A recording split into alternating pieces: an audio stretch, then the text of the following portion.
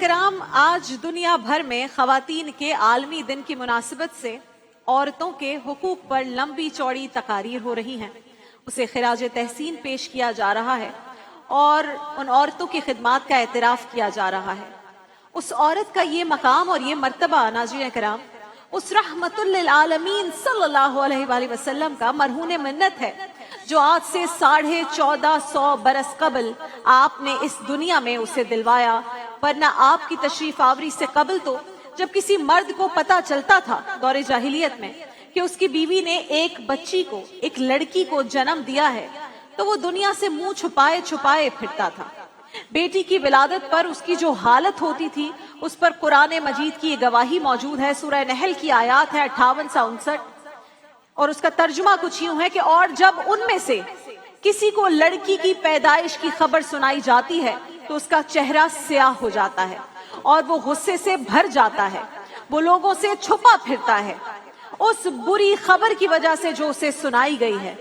اب یہ سوچنے لگتا ہے کہ آیا اسے ذلت اور رسوائی کے ساتھ زندہ رکھے یا اسے مٹی میں دبا دے، یعنی زندہ درگور کر دے۔ اور اس میں یہ بھی ہے کہ خبردار کتنا برا فیصلہ ہے جو وہ کرتے ہیں۔ اللہ اکبر۔ ناظرین کرام، بچیوں کو جنم دینے والی مائیں انہیں اپنے شوہروں سے اس طرح چھپاتی تھیں کہ جیسے انہوں نے کسی انسان کو نہیں بلکہ کسی خدا نہ خواستہ سانپ کو جنم دیا ہو، اور اسے ٹھکانے لگانے کی تدبیریں سوچنے لگتی تھی۔ اور مولانا الطاف حسین حالی نے اسی کیفیت، وہ جو اس وقت دور جاہلیت میں تھی، اس کی منظر کشی کرتے ہوئے کیا خوب کہا ہے کہ جو ہوتی تھی پیدا کسی گھر میں دختر، جو ہوتی تھی پیدا کسی گھر میں دختر، تو خوف شمامت سے بے رحم مادر، پھرے دیکھتی جب تھی شوہر کے تیور، پھرے دیکھتی جب تھی شوہر کے تیور، کہیں زندہ گاڑ آتی تھی اس کو جا کر، وہ گود ایسے نفرت سے کرتی تھی خالی، وہ گود ایسے نفرت سے کرتی تھی خالی، جنے سانپ جیسے کوئی جننے والی۔ ناظرین کرام، عرب کے ریگزاروں میں دبی ہوئی معصوم بچیوں کی سسکیوں اور بہتے ہوئے آنسو کس کو پکار رہے تھے؟ بیواؤں کی چیخیں اور فریادیں کس کی منتظر تھی؟ سسکتے ہوئے یتیم اور تڑپتے ہوئے غلام کس کی راہ تک رہے تھے؟ وہ سب رحمت للعالمین کی آمد کے منتظر تھے۔ آپ کے آتے ہی تڑپتی سسکتی انسانیت کو قرار مل گیا اور طبقہ نسواں کو اس کا اصل مقام مل گیا۔ اللہ اکبر۔ یہ ظلمت سے کہہ دو کہ ڈیرے اٹھا لیں، کہ ہیں ہر طرف اب اجالے اجالے، یہ ظلمت سے کہہ دو کہ ڈیرے اٹھا لیں، کہ ہیں ہر طرف اب اجالے اجالے اجالے اجالے، کہا جن کو حق نے سراج منیرا، کہا جن کو حق نے سراج منیرا، وہ امی لقب مصطفیٰ آ گئے ہیں، غموں کو مٹانے دکھوں کو مٹانے حضور آ گئے، رحمت للعالمین آ گئے ہیں۔ انہی رحمت للعالمین کی بارگاہ کا ذکر ہے، اور یہ واقعہ جو میں آپ کے سامنے پیش کرنے جا رہی ہوں، آپ یقین کیجئے کہ میں خود ہمت اپنے اندر جوڑنے کی کوشش کر رہی ہوں تاکہ اچھے اور بہتر انداز میں یہ واقعہ بہت ضروری ہے میں آپ کے سامنے پیش کر سکوں۔ ناظرین کرام، رسول اللہ کی خدمت میں ایک بار ایک شخص حاضر ہوتا ہے اور عرض کرتا ہے، یا رسول اللہ،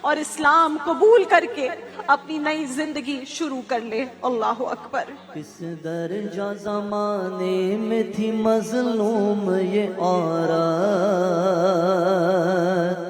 پھر جس کی بدولت ملی سے عزت و رفعت۔ کس درجہ زمانے میں تھی مظلوم یہ عورت، پھر جس کی بدولت ملی سے عزت و رفعت۔ وہ محسن و غمخوار ہمارا ہی نبی ہے، وہ محسن و غمخوار ہمارا ہی نبی ہے۔ وہ میرا نبی میرا نبی میرا نبی ہے، وہ میرا نبی میرا نبی میرا نبی ہے، وہ میرا نبی ہے، وہ میرا نبی ہے، وہ میرا نبی کرام ہے، وہ میرا یہ دنیا خیر اور شر دونوں کی آماجگاہ ہے، جہاں اچھا ہے وہاں برا بھی ہے، اور مشکلات کے ساتھ ساتھ آسانی بھی ہے۔ تو اسی دور جاہلیت میں ناظرین کرام ایک نیک فطرت شخص، اس کا بھی ذکر کرنا بہت ضروری ہے۔ وہ ایسے بھی تھے جو اپنا مال اور دولت قربان کر کے بچیوں کو زندہ درگور ہونے سے بچایا کرتے تھے۔ ان کا نام تھا حضرت صعصع بن ناجیہ رضی اللہ تعالیٰ عنہ۔ دور جاہلیت میں یہ ایک مالدار آدمی تھے اور اتنے سخی تھے کہ ان کے گھر سے لوگوں کو کھانا ملتا تھا، اور کسی مسافر کو رات گزارنی ہوتی تھی تو اسے چارپائی اور بستر بھی نصیب ہو جایا کرتا تھا، یعنی کسی کی کوئی ضرورت ہوتی تھی آپ کی دہلیز پر آتے تھے اور پوری ہو جاتی تھی۔ تو امام طبرانی لکھتے ہیں کہ حضرت صعصع بن ناجیہ اسلام قبول کرنے کے لیے بارگاہ رسالت مآب میں تشریف لائے اور کلمہ پڑھنے کے بعد عرض کیا، یا رسول اللہ صلی اللہ علیہ وآلہ وسلم، میں نے دور جاہلیت میں اسلام قبول کرنے سے پہلے جو نیکیاں کی تھی، کیا مجھے اللہ اس پر بھی کوئی اجر و ثواب عطا کرے گا؟ یعنی کلمہ تو اب پڑھ رہا ہوں، کلمہ پڑھنے سے پہلے جو نیکیاں کی ہے کیا اس کا بھی اجر اور ثواب ملے گا؟ تو رسول اللہ نے بڑے اشتیاق سے پوچھا، صعصع تو نے کون سی نیکیاں کی تھی؟ حضرت صعصع بن ناجیہ نے عرض کیا، یا رسول اللہ، ایک روز میرے 2 اونٹ گم ہو گئے، 2 اونٹ گم ہو گئے، میں اپنے 2 اونٹوں کی تلاش میں نکل پڑا اور ایک دور دراز بستی میں جا پہنچا تو وہاں مجھے اپنے دونوں اونٹ مل گئے۔ وہ دوسرے جانوروں کے ساتھ گھاس چر رہے تھے اور ایک بوڑھا شخص ان کی رکھوالی بھی کر رہا تھا۔ میں نے اس سے کہا کہ یہ 2 اونٹ میرے ہیں، تو وہ کہنے لگا، ہاں یہ تمہارے ہی ہیں، تم اپنے اونٹ لے جاؤ۔ اتنے میں اس نے میری ضیافت کے لیے کچھ کھجوریں اور پانی منگوا لیا۔ میں کھجوریں کھانے میں مشغول ہو گیا، مصروف ہو گیا کہ اتنے میں پیچھے سے ایک نومولود بچے کے رونے کی آواز آئی جہاں وہ شخص بیٹھا تھا۔ تو بوڑھا شخص بآواز بلند کہنے لگا، بیٹا ہوا ہے یا بیٹی؟ تو میں نے پوچھا، بابا جی اگر بیٹی ہوئی ہے تو کیا کرو گے؟ تو کہنے لگا کہ اگر بیٹا آیا تو میرے قبیلے کی شان بڑھائے گا، لیکن اگر بیٹی آئی تو اسے زندہ دفن کر دوں گا، ورنہ قبیلے والوں کے سامنے میرا سر شرم سے جھک جائے گا۔ صعصع بن ناجیہ عرض کرتے ہیں، یا رسول اللہ، اس شخص کی یہ بات سن کر میرے دل میں بڑی نرمی آ گئی اور میں نے اس سے کہا، بابا جی پتہ کریں کہ بیٹی آئی ہے یا بیٹا۔ بتانے والے نے پھر آ کر بتایا کہ بیٹی آئی ہے، بیٹی ہوئی ہے۔ تو میں نے پھر پوچھ لیا کہ بابا جی کیا واقعی آپ اس بچی کو دفن کر دو گے جو ابھی ابھی دنیا میں آئی ہے؟ تو کہنے لگا کہ ہاں، دفن کرنے کے علاوہ میرے پاس کوئی چارہ نہیں ہے۔ کہتے ہیں میں نے کہا کہ تم اسے دفن نہ کرو، بلکہ اس بچی کو ایک کام کرو، میرے حوالے کر دو، اور اس کے عوض میرے یہ 2 اونٹ جو گھاس چرنے یہاں تک آ گئے تھے، جو میں واپس لینے آیا تھا، یہ 2 اونٹ تم رکھ لو۔ بوڑھا شخص کہنے لگا کہ 2 اونٹ تو کم ہے، جس بچی کو دفن کرنے والا ہے اب اس پہ ڈیل کر رہا ہے، 2 اونٹ تو کم ہے، جس اونٹ پر تم بیٹھ کر آئے ہو یہ بھی اگر دے دو تو میں بیٹی تمہیں دے دیتا ہوں، دفن نہیں کروں گا۔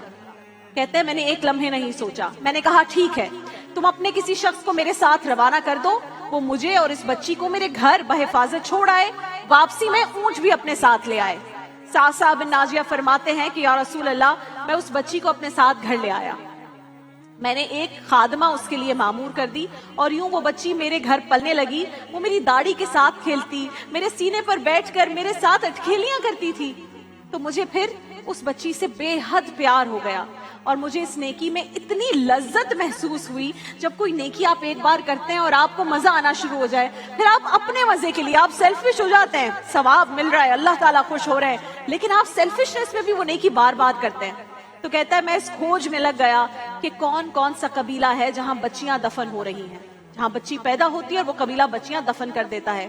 تو کہتا ہے یا رسول اللہ, میں دور دراز علاقوں میں چلا جایا کرتا تھا, اور جہاں بھی کوئی بیٹی پیدا ہوتی تھی اور وہ دفن کرنے کا ارادہ کرتے تو میں اپنے 2-3 اونٹ یا کوئی قیمت دے کر یا کوئی قیمتی چیز دے کر ان سے کہتا کہ یہ بیٹی مجھے دے دو, میں اس بچی کو گھر لے آتا اور وہ قیمتی چیز اس کے عوض دے دیتا.